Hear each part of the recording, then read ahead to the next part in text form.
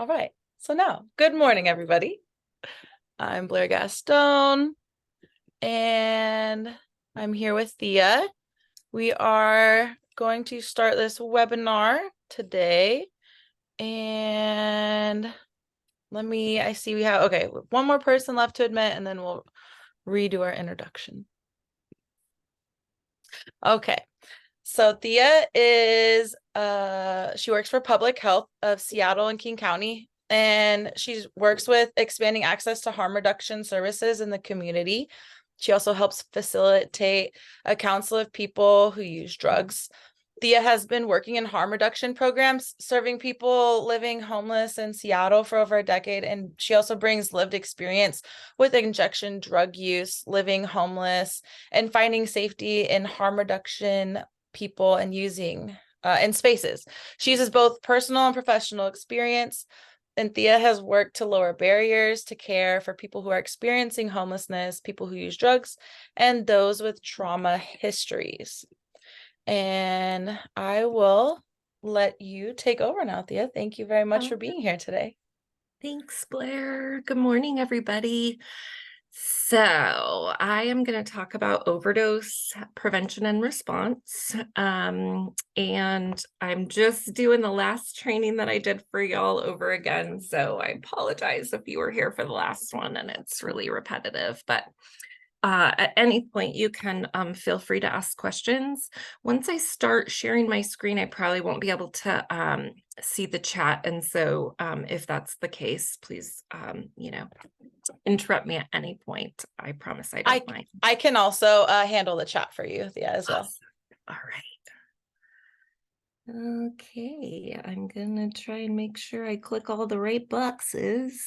You know how that goes. All right.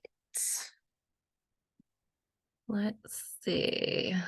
Are y'all seeing a slide presentation at this point? Does it look right? Yes, we see it. It looks great. Perfect. All right, let's roll. I am an overdose survivor, and so it's incredibly important to me to talk about overdose, but also, I lived in recovery housing. I've been in recovery for a long time, 18 years, in fact, and so having, grown up in Oxford House myself, I really appreciate having, those spaces where we get to heal and be together and learn from each other. And so anyhow, recovery housing is definitely part of my journey and part of my heart. So I'm going to talk about the local drug supply and overdose trends, trauma-informed overdose response, how to talk to other folks about overdose, and some resources. So these are King County trends, but in our state, they're pretty reflective. Of course, we have the most people in King County and the most overdoses. You can see on the left the types of drugs that were involved in overdose. And you can see that bottom, teal color is opioids without stimulants, that red is the stimulants, and then that purple is opioid and stimulant use together. And that's definitely the largest situation folks are finding themselves in when they overdose and pass. The drugs that are involved with confirmed overdose deaths have also been changing over the years. And you can see that super dark line that's going along the bottom and then shooting up to the top. That's our fentanyl. The dark red line that's not too far behind it is our methamphetamine. And it's important to note that we do have a significant number of methamphetamine related overdose deaths and some that don't involve any opioids at all. And so in years past, we didn't think of meth as causing overdose, but it definitely is and does cause overdose death.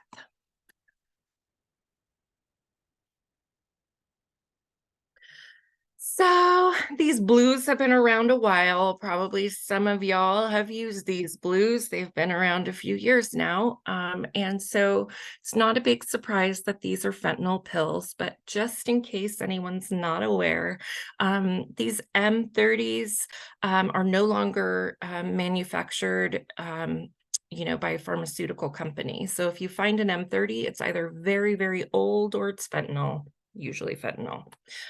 We have seen a huge increase in white powder fentanyl, and it can also be compressed and look, similar to rock cocaine.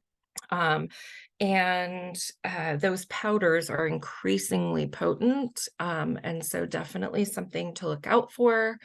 We're not seeing much black tar heroin anymore, and so not seeing fentanyl contaminated heroin so much. And just a note that the East Coast has a very different drug supply. And so if you've heard about China white heroin that's contaminated with fentanyl, or, powder heroin, it's an East Coast thing. They've also seen a significant, xylazine contamination and other things that we don't necessarily see here quite yet. These are our fentanyl overdose deaths, and you can just see, like, fentanyl is the thing.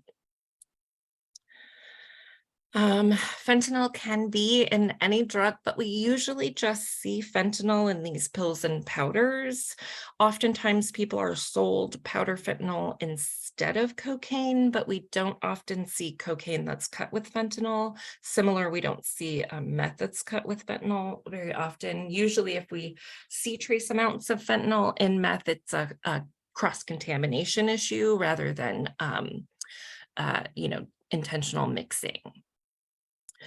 Naloxone can and does reverse fentanyl overdose. It can take a bit longer, is what I'm hearing, than heroin. And so it can be really distressing when you're responding to an overdose, and that time it takes for someone to regain their breath can be a bit longer.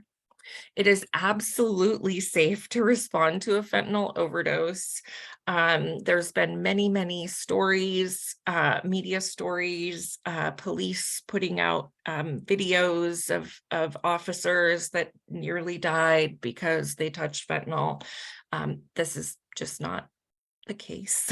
You can't die from touching fentanyl. They make very, highly technical patches to make fentanyl be able to be absorbed in the skin. And so I've touched powdered fentanyl many times, and it is not a risk. So please, if someone is overdosing, don't worry about responding and potentially touching fentanyl. Opioids. So the first thing that I want to talk about is identifying folks who are at risk. Anyone with an OUD history, opioid use disorder, is at risk, and so you likely know lots of folks. If folks are using opioids, if they have formerly used opioids, they're in treatment for OUD. If folks are prescribed, high dose opioids, biggest thing is, have they survived a prior overdose? So it's a good idea to check in, with your housemates and folks to find out who's survived an overdose before. Those are going to be your folks who are at highest risk, and folks who have a reduced opioid tolerance. So likely anyone who's living in housing, who's in abstinence-based recovery, not using a medication for opioid use disorder like methadone or Suboxone. And so folks oftentimes overdose after going to jail or inpatient or withdrawal management, also known as detox. And so if you have folks that have recently, taken some time away and they have a reduced tolerance, just make sure that they know that they're at increased risk, and make sure that they have Narcan and other, support. And if folks are mixing drugs. So historically, we know about those sedating drugs that can intensify each other: alcohol, benzodiazepines, and opioids. Those are the three that actually intensify each other. So 1 + 1 = 4 rather than 2. So mixing any of those is going to increase overdose risk, and mixing meth and opioids, which back in my day, we thought, you do a little up, you do a little down, it's going to balance you out. But those two drugs, specifically stimulants and opioids, both stress your respiratory system. And so they actually can increase your overdose risk when used in combination. So it's a good thing to let folks know about, because I think it's sort of an unknown situation. So now that you know who's at risk, recognizing the signs of opioid overdose, there's those three main categories: breathing, and can't wake up, and skin is looking different. And so the breathing may be slow, they may be making weird snoring, gurgling, choking sounds, wheezing, gasping. There's a lot of different noises that can be made when someone is not getting enough breath. Because there's a lack of oxygen, you may see lips turning blue if you have my skin shade. If someone has a darker skin tone, then their lips may appear gray or ashen, or darker than normal, lighter than normal. So if you have a darker skin friend, you may know what they look like normally, and seeing a different shade, either lighter or darker, may be an indication of cyanosis. Their skin may be pale or clammy, they might vomit, their body may be limp, they may or may not have a pulse, and you may not know if they've used any drugs.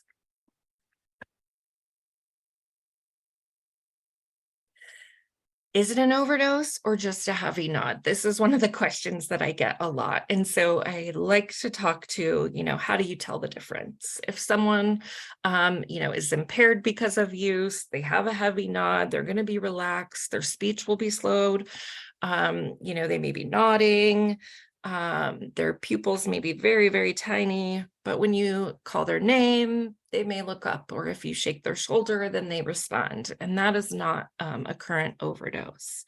If the person fails to respond to stimulation, their breathing is different, and their skin appears different, then you know that you're dealing with an opioid overdose.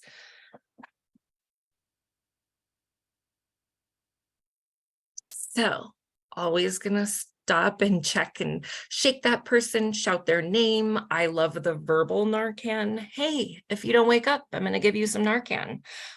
People like me don't want to be Narcaned if we don't need it. So that can be a really quick way to find out if somebody's okay or not. So you're gonna check for your signs, and if it looks like you have someone with an overdose, you're gonna try and wake them up. I prefer a pain stimulus that is the trapezius squeeze. If you just squeeze your own shoulder right here, it's sensitive. And if you squeeze someone right there, they're going to wake up if they're not overdosing or unconscious for another reason. Some folks like the sternal rub, having responded to several overdoses in the community. I have learned that a sternal rub is very difficult when someone has large breasts. And so I just avoid that altogether and do a trap squeeze. I also like to do the trap squeeze because I can do it from the side of someone. And if I startle them, then I will be physically in a safer space. Next, you're going to call 911. If I am in a situation where I have other people around, I'm going to ask someone else to call 911, and I'm going to be working on my person. If I'm alone, I'm going to put my phone on speakerphone, and I'm going to set it down so that I can talk to 911 while I'm also helping my person. Calling 911 is a very important step. For several reasons. Sometimes folks absolutely need additional care at hospital. Sometimes there may be other medical things happening besides an overdose. And so because people can return to an overdose state once the Narcan wears off, we really prefer that they go to hospital. So once I've determined that my person is probably having an opioid overdose, I'm going to give them some naloxone. So if you're doing the nasal Narcan, which I think is probably what most of your houses have, you are going to peel back that back of that package, put your thumb on the bottom and 2 fingers on the top, and squirt it into their nose. You want them to be lying flat if possible when you do that, though sometimes people overdose in really weird positions, like, for example, if someone was on the bus, like, in the seat and it was hard to move them, do your best to get their nose pointed up at the ceiling when you squirt the Narcan in. They don't need to be breathing in order for it to be absorbed, because it's just going to get absorbed into the nasal lining. If your person has a pulse, then we don't do CPR, chest compressions. We always do rescue breathing. An opioid overdose is a lack of oxygen. And so the most important thing we can do is to help people breathe. The Narcan is going to help them breathe, but also rescue breaths are really a vital way to keep someone from,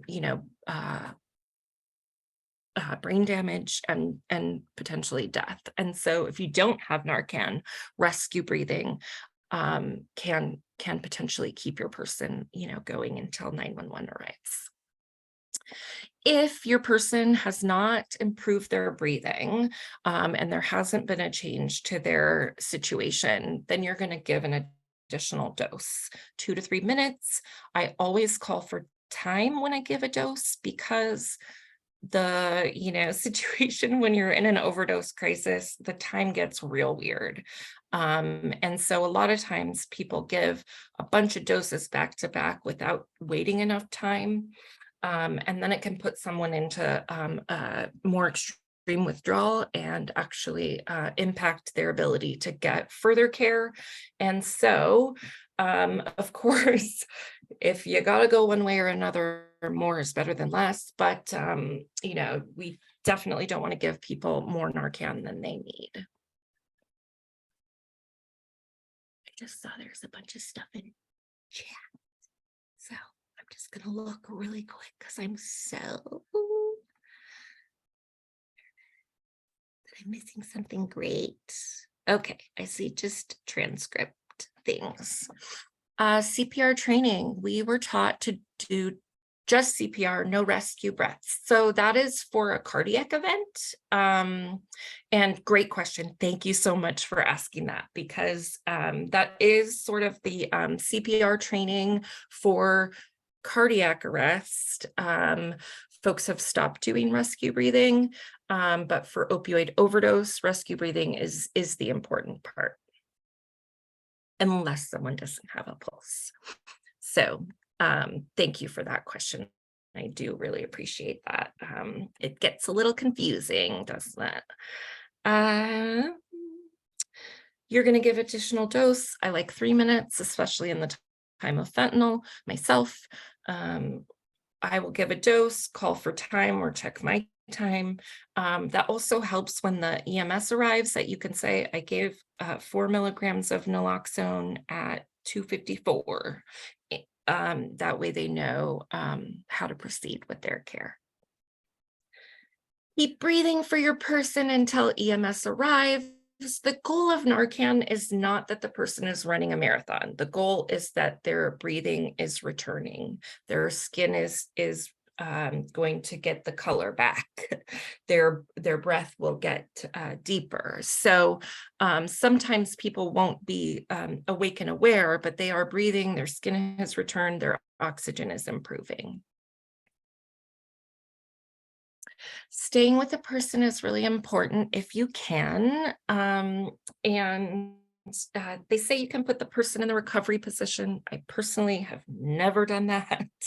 Usually people are a little freaked out and don't necessarily feel well enough to just relax. Folks can go back into the overdose once the naloxone wears off. Usually opioids last longer than naloxone, and so it can be a tricky situation. If you overdose on a particularly long-acting opioid like methadone, you can need Narcan repeatedly.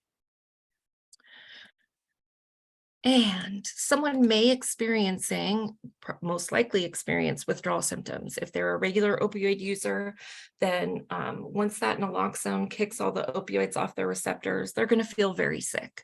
And so all of those symptoms of opioid withdrawal that someone would experience over several days normally is just going to slam into them all at once. So stomach cramps, leg cramps, nausea, vomiting, shaking, anxiety, all of these things happening all at once. And so it's really important to be gentle with folks, communicate what's going on. It's a traumatic situation. Do your best to stay calm, which I know is really hard. But if you can just talk someone through what's going on, it can really help their return to happen in a more supportive way. Trauma-informed response is my favorite. And I really love this video by the Dope Project in San Francisco. So I'm going to let them, basically repeat what we've said, add a little more, and then we'll come back and review.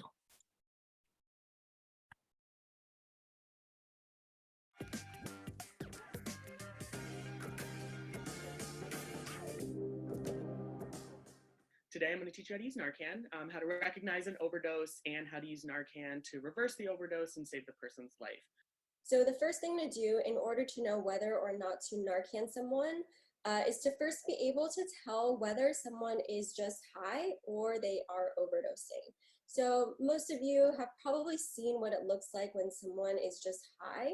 All that's happening is they are sedating. Their breathing starts to slow down, they might be leaning forward, eyes fluttering, mumbling, and all that's happening is an opioid starts to slow the body down. But the difference between being high and overdosing is usually like a pretty thin line. And all that difference is your breathing slows down to the point where you're not getting enough oxygen or you're not breathing at all.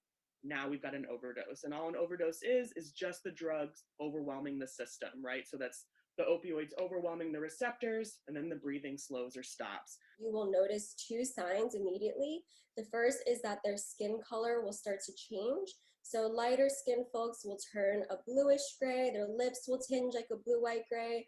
Darker skin folks will turn like a purple or ashen gray, like the color completely drops out of them, or like they're many shades darker or many shades lighter than they usually are. Sometimes people will be making a very telltale snore gurgle sound. That is the lungs trying to pull in a full breath, but they're unable to, right? Because they're being depressed by the opioids. So when you see those two signs, the first, the skin color changing, and the second, the snore gurgle sounds, now you are responding to an overdose. And so the first thing that you want to do is try to stimulate them awake. Hey, my friend, you're not breathing. I think you're overdosing. Second kind of stimulation is physical stimulation. All that is administering pain. The easiest way to give someone pain is we're going to give them a hard sternum rub. Take your knuckles and rack as hard as you can right on that breastplate. We also call it like a chest noogie. So hit them as hard as you can and start yelling their name, start telling them to wake up, warn them, hey, if you don't wake up, I'm going to Narcan you. We call that the verbal Narcanning. People who use opioids know exactly what Narcan is. If they don't need it, they don't want it, and they will tell you. Please listen to them if they tell you no. If they can say no, they don't need Narcan, right? They're alive, they're breathing. If even the verbal Narcan fails, now you want to move on to Narcanning them. One kit looks like this, and each box has 2 of these doses.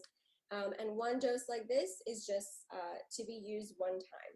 So what you want to do when it's time is you want to peel back the foil, take the dose out, and you want to put it all the way up that person's nose, one click, and it is all good. So you really want to make sure you put it all the way up because that person is not breathing, so they're not inhaling it in order for it to work. So you want it to go past the nose hairs into the sinuses where it can then absorb into the rest of the bloodstream.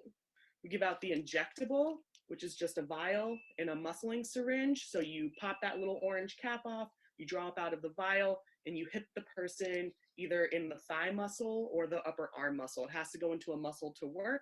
What it also does, if you're familiar with opioids, is that if all those opioids are pulled off the receptor and someone is dependent on opioids, they will experience the symptoms of withdrawal, and they're pretty severe and very traumatizing. If a person is not breathing and it has nothing to do with opioids and you give them Narcan, you're not going to hurt them. It just won't do anything. You don't want to give them more than 1 dose of Narcan to start. The more Narcan you give someone, the sicker they're going to be when they wake up.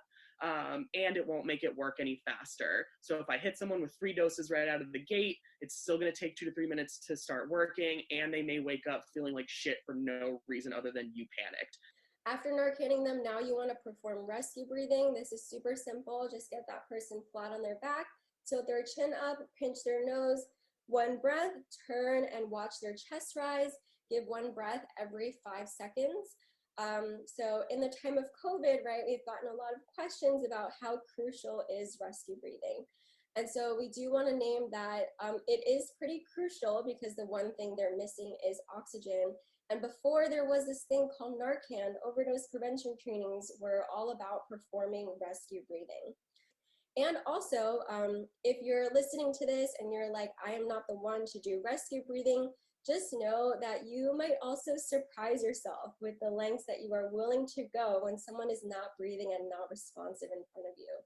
And so you're breathing for them, you're waiting for the Narcan to work. If you're comfortable calling 911, this is when you do it. You want to get the Narcan in before you get on the phone with 911. You know, they ask you like 7,000 questions. You don't know any of the answers to them. You just need them to get there.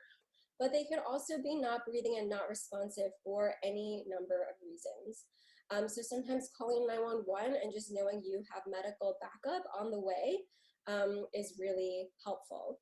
So just keep it very simple. Name if you're comfortable, location, and just that person is not breathing and not responsive.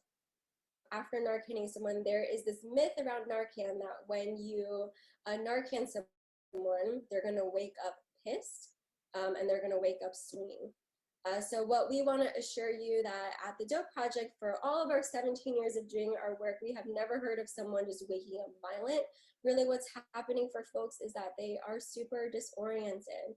So a bunch of things are slamming into them all at once. Questions like, who are you? Where am I? Where's my stuff? Where's my friends? Are you a cop? Did you call the cops? Are you going to treat me differently?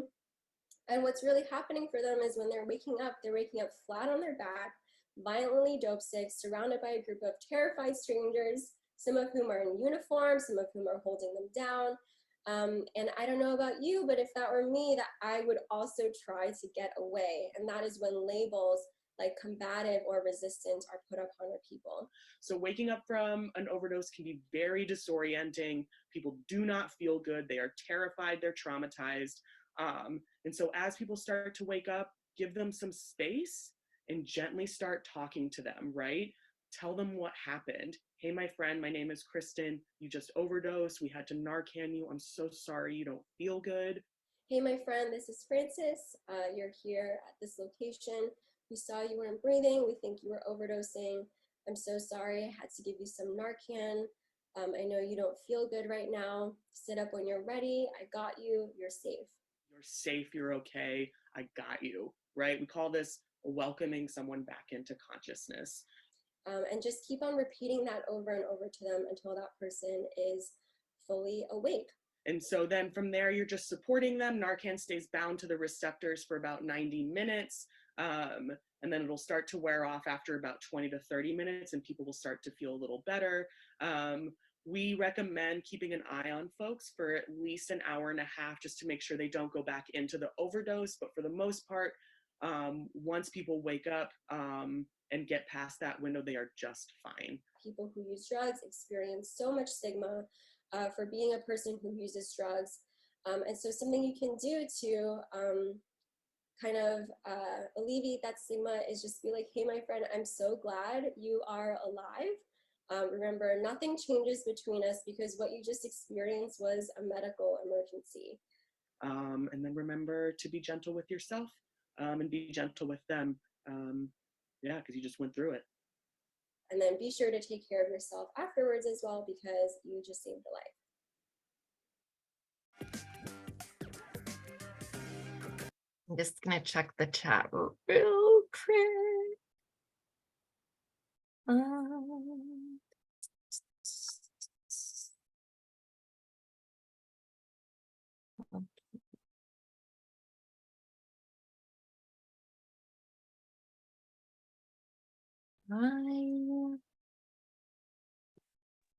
It sounded like there was someone asking how quick the rescue breaths were. Yeah, so you're gonna wanna, oh my gosh, my brain is just, I just came back from vacation. And you know, when you're like used to doing something all the time and then all of a sudden you just blank out of nowhere. 12 breaths per minute. I'm like, why can't I think of the 12 breaths per minute? So you're going to want to breathe, continue to breathe for someone. If you're doing Narcan, you're going to give the Narcan and then you're going to breathe for them in between. But hopefully they're going to be returning. So you're not going to have to do that for very long. Thank you, Blair. 12 breaths per minute. All right. So I love the Dope Project. I think they're amazing. The way that they talk about us is so loving and encouraging. So that's my favorite video that I use for trainings. Plus, I'm a visual person. I know people learn in a lot of different ways. So I try and sort of give you the same information in several different ways, hoping that it will sink in one way or the other. And when the time comes, you'll be perfectly prepared to respond to overdose. Just kidding. There's no perfect overdose response, but hopefully you're going to feel prepared. Giving folks space is really important. Like they said, you know, it is a traumatizing experience. Oftentimes folks have been in one place in time and suddenly they're in another place in time. There may be folks in uniform, they may be flat on their back on the ground. So as much as we can do to welcome folks back, assure them that they're okay, they're safe, that you're going to stay with them, hopefully, reducing the stimulation. I've worked in a very busy, you know, downtown public health center in Seattle, and oftentimes folks would use the bathroom and that's where their overdose would occur. And so we would be pulling them out of the bathroom and there would be like people trying to get to the pharmacy and check in for their appointments. And so if you're in a crowded space, really clear the space as much as you can. If you can have someone controlling the foot traffic and keeping people away, that can help a lot to the person feeling safe and okay when they return to consciousness. You know, it's hard to remain calm, but trust me, it really, really helps if you can. Encourage folks to stay with you, to go with ambulance. If that can't happen, don't try to force them. Just try to make the best safety plan you can. Oftentimes, I've seen people have really bad overdose responses, especially when law enforcement is on scene. And so people don't feel safe to do that. And it's pretty common. So I have invited folks to stay in my office or stay in the syringe exchange or whatever. In the clinic waiting room. If they are intent on leaving on their own, you know, hopefully maybe you have a friend of theirs nearby that you can say, hey, keep an eye on your friend. And so sometimes we have to get creative, but, you know, it really can, you know, we can keep people alive if we get creative. Exactly. Also, one thing that they mentioned, when I call 911, I do not say it's an overdose. I say that I have someone who's not breathing. If you say it's an overdose, which is also fine to do, but the police are going to arrive on scene first. And we all know how police do in medical emergencies involving us. So not always the best care, and it can delay getting your EMS folks on scene. So I usually just say, my friend is not breathing. That will send the appropriate help for an opioid overdose. Once they get there, you can say, I think it's an overdose. I gave Narcan. Sometimes we don't get to control who calls and you deal with whoever arrives. And then, yeah, debrief. Anytime you respond to an opioid overdose, check in with each other. Check in a week later even. It can be really traumatizing for the responder in an overdose situation. And so, you know, please take care of yourselves in that. meth overdose, which has historically been called overamping, same diff, but the meth these days is really, really different and very deadly. So here is something from the UW Alcohol and Drug Addiction Institute, and they, you can see that these meth overdoses have been skyrocketing, and half of them are just meth alone. Folks may have a heart attack, a stroke, a seizure, maybe a mental health crisis. And these things result from the meth, of course, but also from staying awake too long, mixing drugs, using alone, not eating or drinking can impact. And so if you see someone who's got, you know, a lot of distress, if it seems that they are having chest pain, hold on, I think the symptoms are on the next one. Yeah. Fast heart rate, chest pain or tightness, a very painful headache, high body temperature, they can't move or they can't feel their limbs. These are things that we would want to call 911 for. If you're not reaching these, but you can tell that someone is really in distress, the best that you could do is to hydrate someone, offer them water, offer them food that a meth user can swallow, which means cold, wet, soft, usually. Ice cream, applesauce, yogurt, those kinds of things are really wonderful for getting some nutrients into someone who's using stimulants, and giving folks some space to rest if at all possible. And that's probably not going to happen in your housing, but you may be responding to overdose in other settings as well. Now, talking to your folks about overdose, of course, you are not strangers to stigmatized language.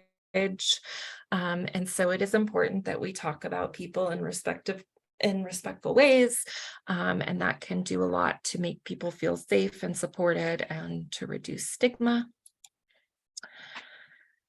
You want to talk with folks about those overdose risk factors. So have they had a previous overdose? Have they recently stopped using opioids? Those kind of things. Have they been in jail, inpatient, hospital? Talk about those signs of overdose, breathing changes, skin changes, and not being able to wake them up. How to respond, calling 911, and giving Narcan, breathing in between. And like they said in the dope video, if it's not an opioid overdose, it's not going to harm them to give them naloxone. If it's a heart attack, they're going to be fine. The only time naloxone can harm someone is if they are a daily opioid user, because it's going to kick those opioids off the receptors. But it's probably a pretty rare situation where you're going to have someone having a heart attack that presents like anyway, complicated.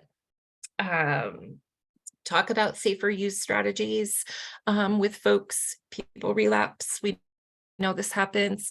And so using the time that you're with people to educate them on overdose can be life-saving, frankly. Making sure that people know about Narcan, how to use it, that they're aware of the drug supply, especially if the drug supply has changed. For folks like me who haven't been out there for a while, it could be a real dangerous situation to return to use at this time with this current drug supply.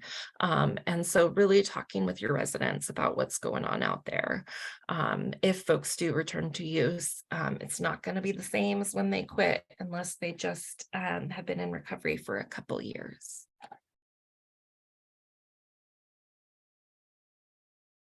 Definitely talk about those reduced tolerance, mixing drugs.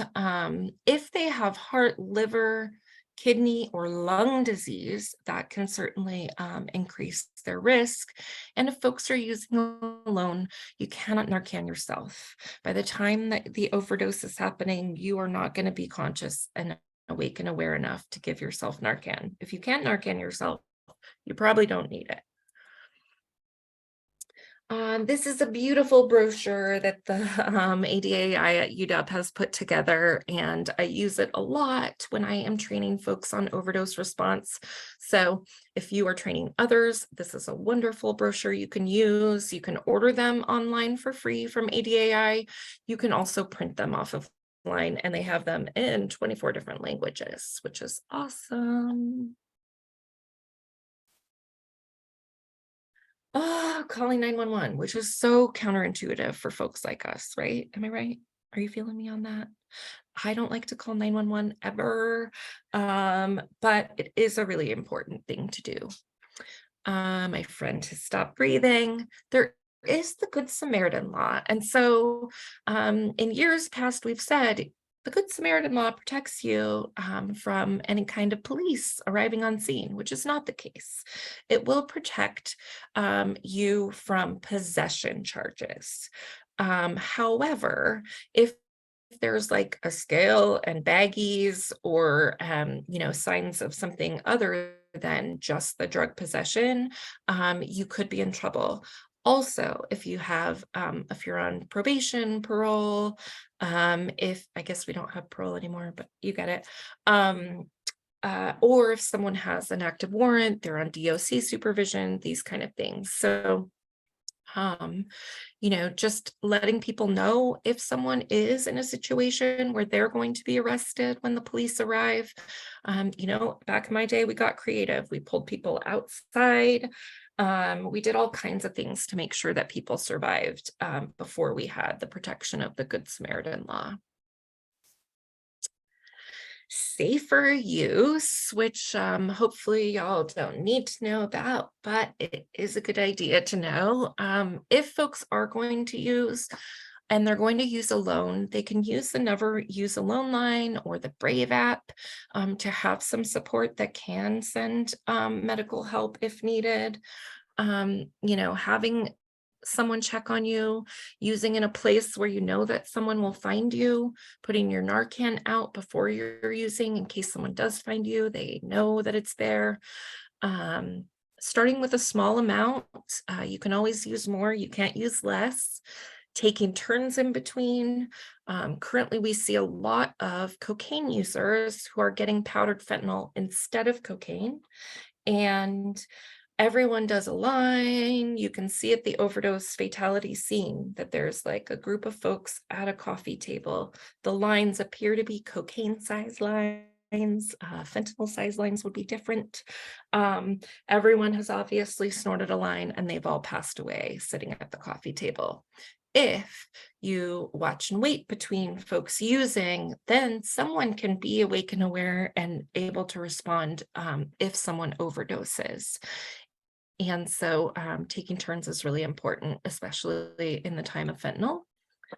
Avoid mixing if you can.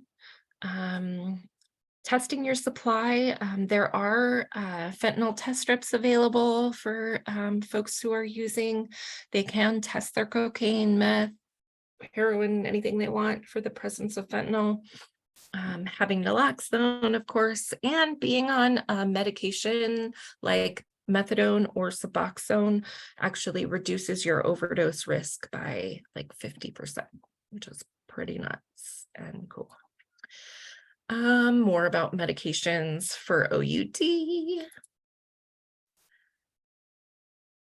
Everyone can get free naloxone statewide, Washington State. So if you haven't already, go to lacedandlethal.com. You can order your mail order Narcan directly to your home. And so hopefully you all have plenty of Narcan in your homes, but if not, use the resource. Other resources, that opioid brochure, if you are training folks on overdose, I highly recommend it.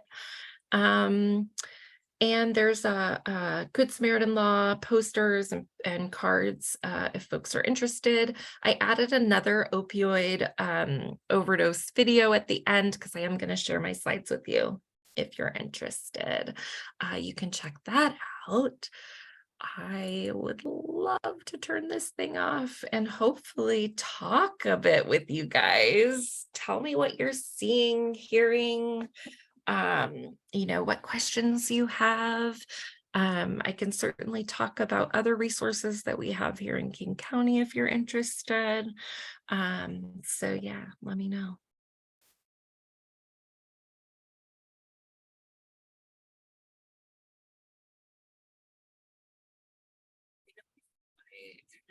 Everything quickly, but I do have time if you guys have questions, comments. I definitely receive feedback, critical or not. So I'm skimming the names to see if there's people I know here. I thought that was pretty valuable even for myself. I learned a couple things. Definitely. I don't know everything. I learned a lot in that. Like, definitely, you know, having people, if they're going to use together, and you know, that way not everyone overdoses at the same time, and your friend or whoever you're with can look out for you. That's pretty valuable. Yeah, you know, people are amazing. You know, I haven't had to use street drugs in a long time, thankfully. And my mom recently passed away, and one of my harm reduction friends said, I know you have a lot going on, and if you were to use, I just want you to know that I want you to call me and I want to be there to protect you. Which was like a really powerful thing, right? From my Yeah. friend, like knowing that that's not something that I would want to do. But you know, things happen in our lives. And so, you know, check in with each other as much as you can and make sure that people know that, like, you know, there's no judgment, right? People relapse, people return to use. It happens all the time. And we want people to stay alive through that, and get to the goods, right? You know, we get to live the good life, and I want that for everybody if possible. It looks like people are asking for the link to order Narcan. We actually at walker.org, we have a hot link in our menu where you can just click on Narcan and you can use the Google Doc that comes from, I believe, just actual Washington State. But there's some links even just in that Google form or doc that I have in there. It looks like someone else sent another link, Shelly Little. Yeah, you can You have that also link there? go to PRA, the People's Harm Reduction Alliance.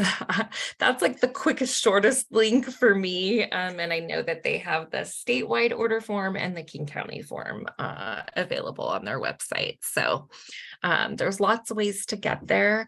Also for King County, since we have a little time, I'll tell you that, oh, thank you. I don't think my link was great. We have launched actually statewide. We're doing community drug checking using spectrometers. And so we've bought some of these fancy science machines so that we can analyze street drugs and let folks know what they've got, which is pretty new in our area. West Coast is just getting rolling with community drug checking compared to the East Coast. And so we're learning a lot, but I think it's, you know, it's not a good time for our drug supply. And, you know, since I'm speaking to a lot of people in recovery community, I'm gonna drop a little of my knowledge here, but, you know, a lot of folks in recovery, especially, I feel like I can speak to that, you know, have these like fentanyl, and fentanyl's the worst. And, you know, fentanyl can be good, can be bad. I've had fentanyl in hospital. I've had fentanyl prescribed, which was wonderful and lovely. Street fentanyl is not the same, right? It's made in underground labs, and it's made to have the most bang for the buck. In the Prohibition era, when we made alcohol illegal, the alcohol got more and more dangerous as time went on, as smugglers were making a more and more potent product so that they could make more money when they smuggled it. And so as the prohibition of alcohol went on, alcohol became more and more dangerous. There were more and more deaths related to toxic alcohols. And we had all of this organized crime surrounded around the alcohol trade. And that's basically what we've got going on with the drug war. We have a more and more toxic drug supply related to prohibition. The longer that drugs are illegal, the more toxic they're going to become. And so the drug war has brought us fentanyl. The drug war will bring us benzodope, xylazine. There'll be all kinds of new stuff headed our way. And so I wish that I had great news for you, but things are not getting better. They're actually going to be getting much worse. By all the measurements that we are following. We're not seeing a lot of xylazine in our drug supply. We have seen it a bit here and there. It's something that we're monitoring closely for sure, because there is such a fear around it. And a lot of, the DEA put out that there's xylazine in every state long before it was really an issue here. And so the trank panic is something that I am having to respond to quite a bit right now. Xylazine is not our biggest threat. Fentanyl is definitely our biggest threat.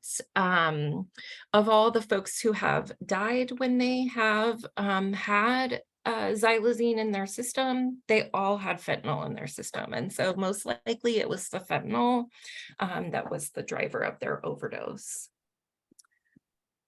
Okay, so if someone has a xylazine overdose, and for folks who don't know, xylazine is a animal tranquilizer that is, no, I don't believe it's approved in the US, and it's not been monitored in the US because it's not a drug that has really been on our radar. Because fentanyl is such a short-acting opioid users prefer heroin to fentanyl most of the time because it's a longer, more enjoyable experience.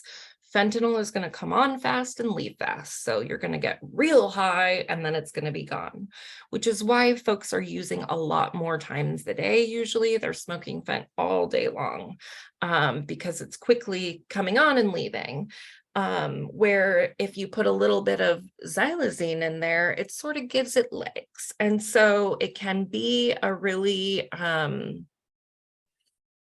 dangerous way to sort of make the dope more appealing. However, it can also cause a bunch of problems. So xylazine actually is a vasoconstrictor, sorry to use a big fancy word, just makes your veins skinny and reduces your blood flow. And so there are specific wounds that they associate with xylazine, but really xylazine use can affect wounds of all kinds just because it's affecting your blood flow.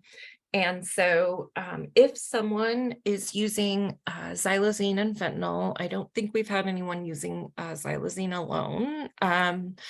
The Narcan will treat the fentanyl overdose, but it won't do anything for the xylazine. However, usually it's the fentanyl that is the major driver of the problem. Xylazine can also affect your respiratory system. Usually the Narcan is going to be enough, but rescue breaths are going to be really important because if it's not enough, the xylazine, really the only thing that you can do for a xylazine overdose is make sure that the person's getting enough oxygen. So those rescue breaths, and I know putting your mouth on someone else's mouth seems like a really yucky thing to do, especially in the time of COVID and everything else. But like they said in the dope video, you'd be surprised what you're willing to do for a fellow human being who's not breathing in front of you. So don't limit yourself with your own ideas. And Ronita, did you have a question or a comment? Yes, I have a comment.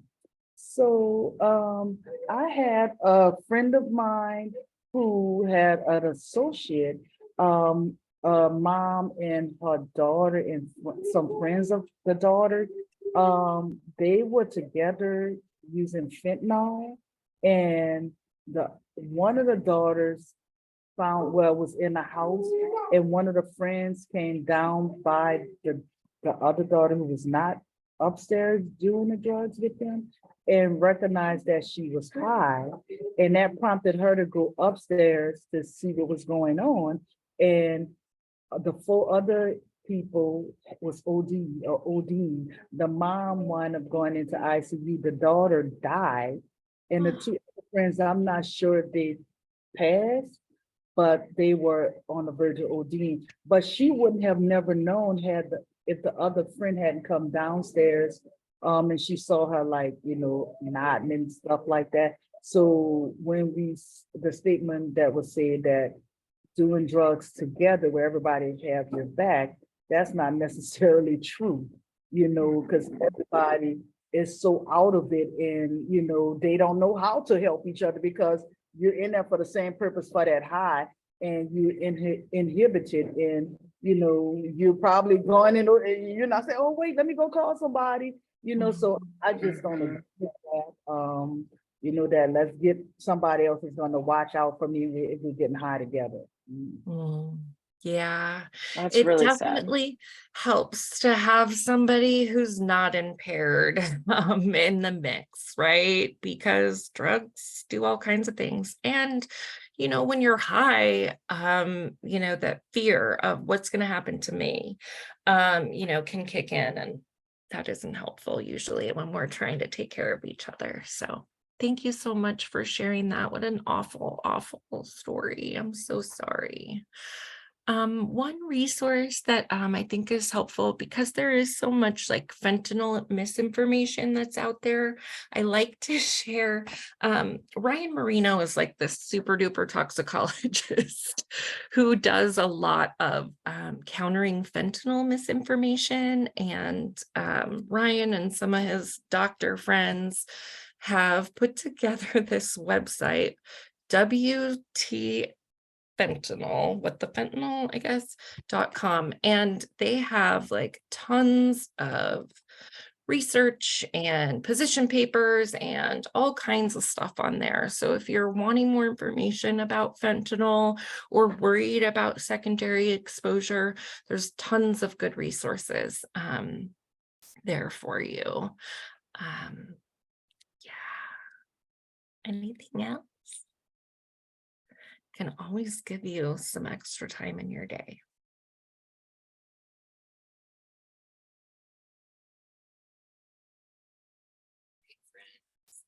We're gonna wrap early, but you can always send me any, questions, email me, call me. Thea Wells on Facebook, like reach out if you have questions or you want to talk through, a scenario. I'm happy to do that with y'all. And I'll send Brianna the slides as soon as I hang up so she can share them. Thank you, Thea, for your time today. And thank you everyone for joining us and your time for this webinar. This is one of my favorites, and I always see how many great participants we have. So it's awesome to hear all about this. And we will be following up with the email for the slides, and if there's any other resources, and then also a survey, if you could just quickly fill it out, just so we have the feedback to know what you guys are liking and want to see more of. So thank you, Thea. Thank you, everybody. Thanks, everybody. Bye.